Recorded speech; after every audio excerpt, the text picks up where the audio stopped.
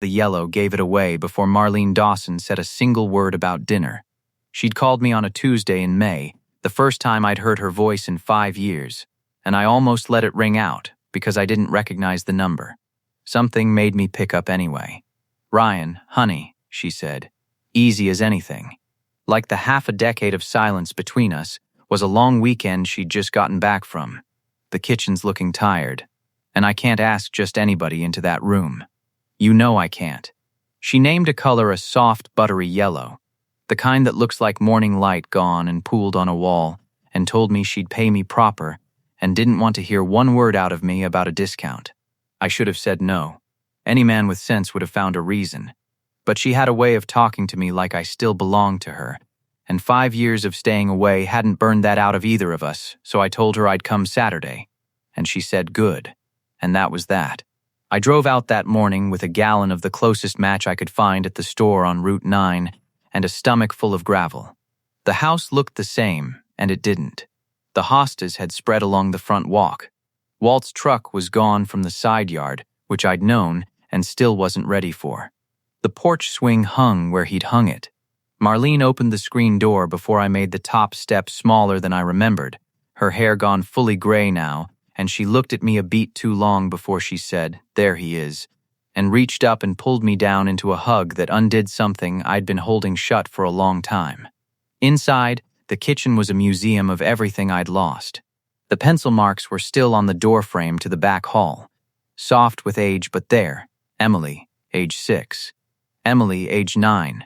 And lower, off to one side in Walt's blocky hand, Ryan, age 20, claims he's done growing. I had to look away from it. I set my drop cloths and pried the lid off the can, and when that first roller load of color went up on the wall, I had to stop and set the brush down on the tray and just breathe for a second, because it was the yellow. Emily picked it out of a fan deck in that exact hardware store the spring we were going to buy the wreck of a house on Sycamore Street. I could see her doing it holding the little paper swatch up against the window light, saying, this is the one, Rye. Can't you just see it in the mornings?" And I could. I'd been carrying that color around in the back of my head for 5 years without ever once saying its name out loud, and now Marlene Dawson had asked me to paint it on her wall like it meant nothing at all. I knew right then the kitchen was never the job. I painted it anyway. Because what else was I going to do? Cut the lines clean the way Walt taught me, roll the walls until that warm yellow filled the whole room and the place started to look like itself again. Marlene sat at the table the entire afternoon with her coffee, talking about the church, the neighbors, a hawk that had been after her bird feeder. She didn't ask about my life, and I didn't offer mine up, and we both knew exactly what we were stepping around, and we left it lying there on the floor between us like a thing too heavy to pick up. The light was going gold through the window over the sink by the time I started rinsing my brushes. "Stay for dinner, Ryan," she said. "We need to talk." I'd been braced all day for the floor to open up, and there it went.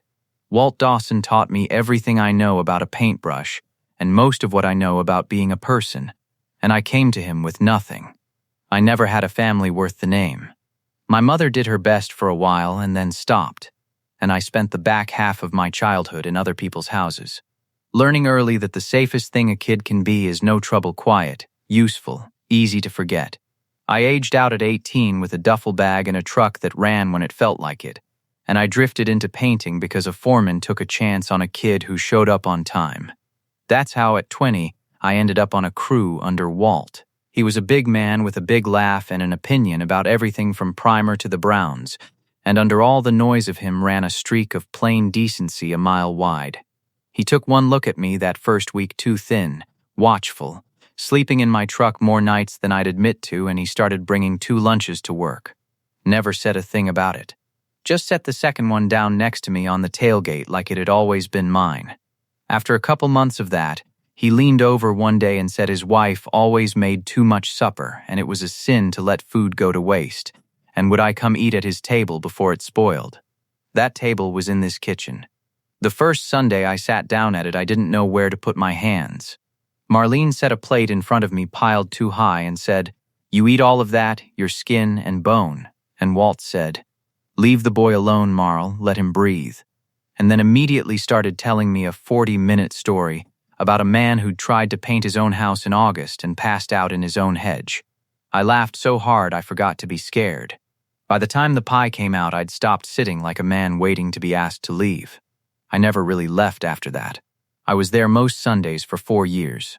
Walt marked my height on the doorframe my first month, right under Emily's, and when I told him that frame was for his kids, he looked at me like I'd said something stupid and said, "Stand up straight, then," and put the pencil to the wood. For a man who'd never belonged anywhere, that one line of pencil meant about as much as anything in my life. And Emily was at that table too, of course. It took me a year to stop being scared of how I felt about her, and another 6 months to do anything about it. The night I finally did, on the back porch after a dinner that ran late. I said it so badly I'm still embarrassed something about how I'd had a thing I wanted to say for a while, and now seemed like a bad time, but I was going to say it anyway. She laughed at me, and then she stopped laughing, and then she kissed me. Inside, when we came back in pink-faced and not fooling anybody, Walt clapped me on the back hard enough to leave a mark, and Marlene cried into a dish towel and blamed the onions she hadn't been cutting. We were together 4 years. I had a family I'd chosen, finally, who'd chosen me right back, and I have spent the last 5 years understanding precisely what I threw away. We were going to buy the house on Sycamore Street. It was a wreck-slanted porch, a kitchen from another century, a backyard you couldn't see for the weeds, but it had good bones, and it was cheap because nobody else could see past the mess. We walked through it twice. The second time, we stood in that empty kitchen with the afternoon coming through the dirty windows, and Emily turned in a slow circle with her arms out and said, "Okay, I can see it." She'd brought a fan deck of paint chips in her purse like she'd already decided, and she flipped through it and pulled one out and held it up to the light. "This one," she said, "for in here. Can't you just see it in the mornings?" It was a soft, warm yellow. I looked at it against the wall, and I could see it could see the whole thing, the two of us old in that kitchen. Pencil marks on a doorframe we hadn't made yet. I told her it looked like somebody had bottled up a Sunday morning, and she grinned and tucked the swatch into her jacket pocket like it was something worth keeping, and we drove back to her parents' for dinner and didn't tell anybody yet, holding it between us like a secret too good to spend. We never bought the house. I made sure of that too in the end. Here's the part I'm not proud of. Emily got into a nursing program in Columbus that spring a good one. Competitive. The kind of thing she'd been working towards since she was a girl drawing on the kitchen floor while her mother cooked. It meant moving 3 hours away. It meant a bigger life than the one we had in a town where I painted houses and we counted the months to a down payment. And somewhere in me, in the part that grew up being no trouble and easy to forget, a voice started up that I'd never managed to fully shut off. A girl like her, going somewhere like that, and you're going to be the painter she has to drag along? The guy with no family and a truck that won't start? You'll be the anchor. You'll be the thing she gives up to have you. She'll wake up in 10 years and look at you the way your own mother looked at the front door. So I did the cruelest, most cowardly thing a man can do, and dressed it up as the noblest. I didn't tell her any of that. I got quiet first, then cold. Then I picked a fight about nothing in particular and let it spread until it was a fight about everything. It came to a head in the driveway, of all places, the week before she was supposed to give the program an answer. She stood there with her arms wrapped around herself and said, "Just tell me the truth. Ryan, do you want me to stay?" And I had the truth right there. The truth was that I wanted her to stay more than I'd ever wanted anything in my life. The truth was that I was terrified, in the specific way only a kid who'd been left learns to be terrified. I said, "There's nothing keeping you here." She went very still. "That's not what I asked. It's what I'm telling you."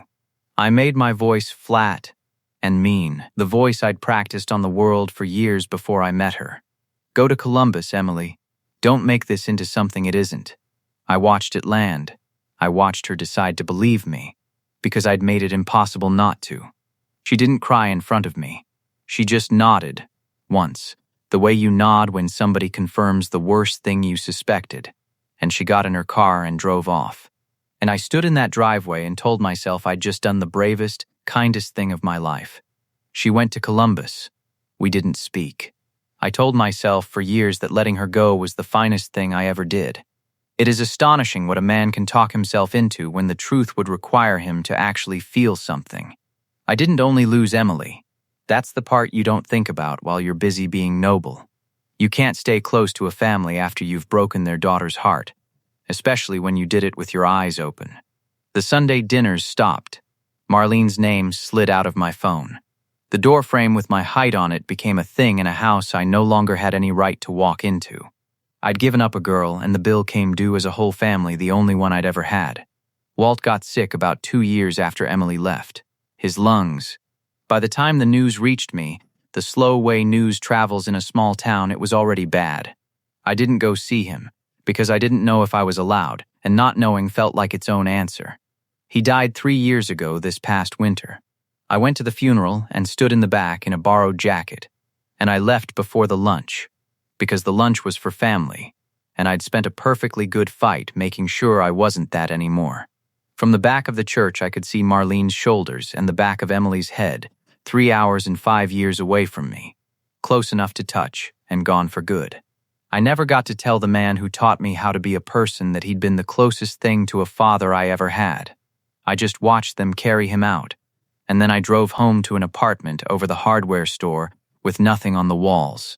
5 years I painted other people's houses in that same town. 5 years I drove past the turn for Sycamore and didn't take it. I told myself a man makes his choices and a man lives with them. What I never let myself say, because I couldn't have survived it, was that I'd been wrong about every choice I made. Dinner was chicken and noodles over mashed potatoes, the way Marlene had always made it, the way it only ever tasted right in that one kitchen. We ate mostly in quiet under the fresh yellow walls, Walt's chair empty at the head of the table where it had always sat and always would. I kept catching that color at the edge of my eye and feeling my chest do something I didn't have a name for. Story 19, Taus B. Marlene let me get most of the way through the meal before she set her fork down, folded her hands, and looked at me the way she used to when I was 20 and she could see clean through me. "I've got a couple of things to tell you," she said, "and you're going to want to argue with the second one, so let me get the first out before you start." She drew a breath. "You've spent years wondering where all your work comes from, haven't you? All those calls from people you never met. The big jobs landing right when you were about to go under. New folks moving to the county who somehow already had your number in their pocket." I had wondered. The truth was, those strangers were the only reason I had a business at all. After everything fell apart, I'd come within a hair of losing it more than once, and every single time, right before the bottom dropped out, the phone would ring with somebody I didn't know needing their house done, and I'd told myself I was finally catching a break. "That was Emily," Marlene said. I set down my own fork. "Every bit of it. She's been sending you work for 5 years. She kept up with how you were doing from 3 hours off, and she fed you every job she could scrape together, recommended you to everybody she still knew here, had her girlfriends call, even paid for one of those internet ad things with your name on it the winter it got really lean. She made me swear on my life I'd never tell you where it came from.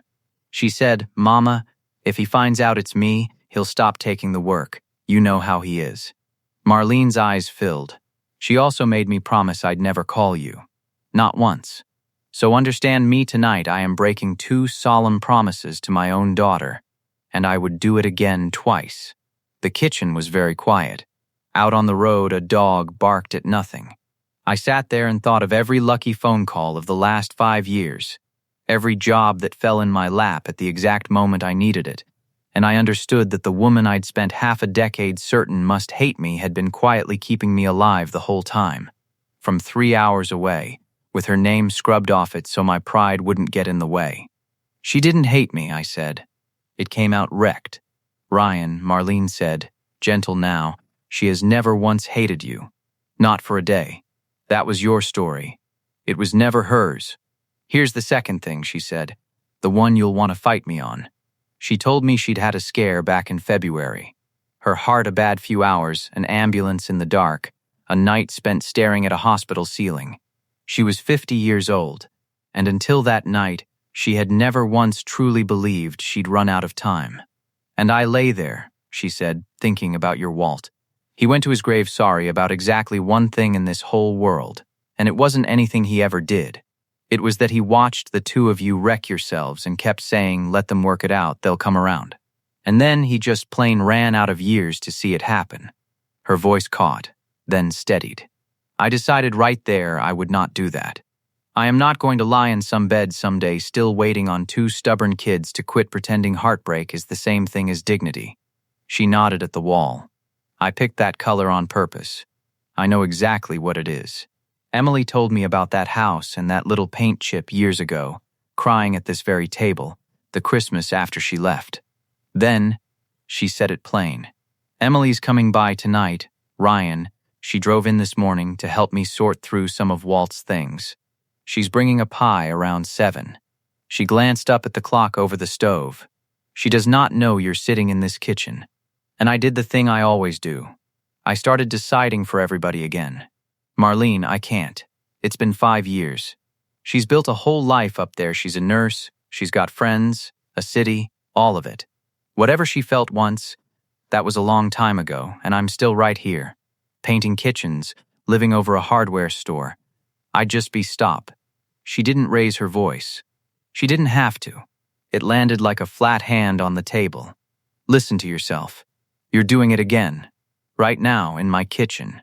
Standing there deciding what my daughter is allowed to want, same as you did 5 years ago in that driveway when you decided she'd be better off thinking you'd quit loving her.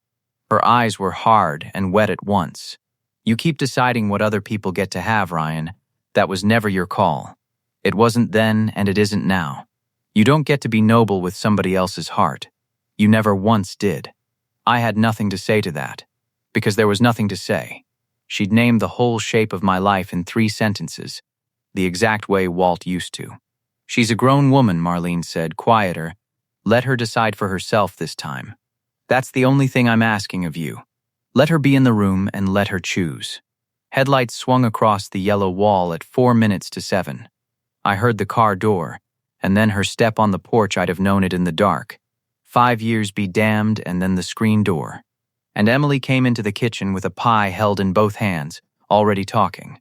Mama, they were out of the cherry, so I got the she stopped. She looked at me, at her father's table.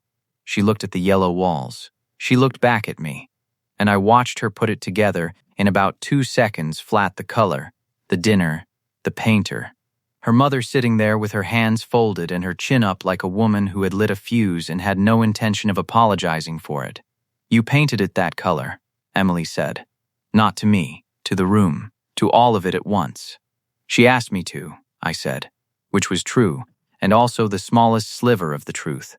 For a long second, nobody moved. Then, Marlene got up without a word, took her plate to the sink, said something about needing to check on the dryer, and left, and then it was just the two of us, a pie going warm to cold on the counter, and 5 years standing up in the room between us. Emily set the pie down. Her hands weren't steady. I told her never to call you, she said. I know. She told me tonight. All of it. The jobs. 5 years of strangers, Emily. I thought I was getting lucky. It was you the whole time. She looked at the floor. You weren't supposed to ever know that. Why? I asked, and my voice cracked clean in half on the one word. Why would you do that, year after year, for a man who stood in your folks' driveway and told you there was nothing keeping you here? She lifted her head, and her eyes were full, and out it came 5 years of a thing she'd never gotten to say to my face. Because I never believed you, she said. Not really. Not once. I knew you, Ryan. I knew exactly what you were doing even while you were standing there doing it. You got that look, that scared kid look, and you started telling me what I'd be better off without. Like you had any right in the world to know that. Her voice broke, and I could see you didn't mean it. That was the part that gutted me. Not that you stopped loving me, you never stopped. I could see that too, plain as day. It was that you didn't trust me enough to let me choose you with my eyes open. You took the choice away from me and called it a gift. I thought you left because I wasn't enough, I said. I left, she said, because you kept deciding that for me. We stood in that yellow kitchen and we finally said the things we should have said at 26. There was no falling into each other's arms, no kiss, no music swelling up out of the radiator, just two people who'd burned 5 years on the same misunderstanding. telling each other the truth at last with their voices shaking. She told me about the nights in Columbus she'd had my number pulled up and her thumb over the call button before she set the phone face down on the counter. I told her about the back of the church at her father's funeral, the borrowed jacket, leaving before the lunch, and she put a hand over her mouth, because she'd never known I came. He used to ask about you, she said, right up to the end. He called you my boy when you weren't around. How's my boy doing? Anybody heard? She wiped her face. He knew, Ryan. Whatever you wish you'd told him. He knew. We didn't fix all of it that night. 5 years doesn't come undone over chicken and noodles. But somewhere in the middle of it, she said, almost to the window, I've been thinking about moving back. To be close to Mama, after the scare. And then she looked at me when she said it really looked. The way you look at a person when you're deciding to let them be part of the decision, instead of deciding for them. And for the first time in my whole life, I didn't try to talk somebody out of wanting something. I just said, I'd like that, if you did. And then I made myself do the hardest thing I know how to do, which is leave the next move to somebody else. When Marlene came back in from the dryer that hadn't been running, she found the two of us still at the table, and she didn't say a single word about it. She just cut the pie like she'd planned to all along, set 3 slices down, and lowered herself into her own chair and left Waltz empty at the head of the table, the way it would always be. Emily moved back that fall. We took it slow, slower than people who like a tidy story would have the patience for. There were things to undo, and things neither of us had any practice saying out loud, and we were both rusty at the simple act of being chosen. But the Sunday dinners started up again in that kitchen, under that yellow, and that turned out to be its own kind of answer. I still pass the turn for Sycamore Street now and then. The little wreck of a house sold years ago to somebody else, and that's all right. It was never really about the house. It was the color. It was a family who put a homeless kid's height on their doorframe, and a man who set a second lunch on a tailgate like it had always been mine, and a woman who kept me alive for 5 years from 3 hours off and never once let me thank her. I spent a long time believing that loving people meant deciding what was best for them and quietly getting out of the way. Marlene Dawson sat me down in a freshly painted kitchen and told me, plain as Walt ever would have, that I'd never once had the right to do that. She was correct. Letting Emily go was not the kindest thing I ever did. The kindest thing I ever did was sit back down at that table, under that yellow, and finally let somebody else have a say in my life.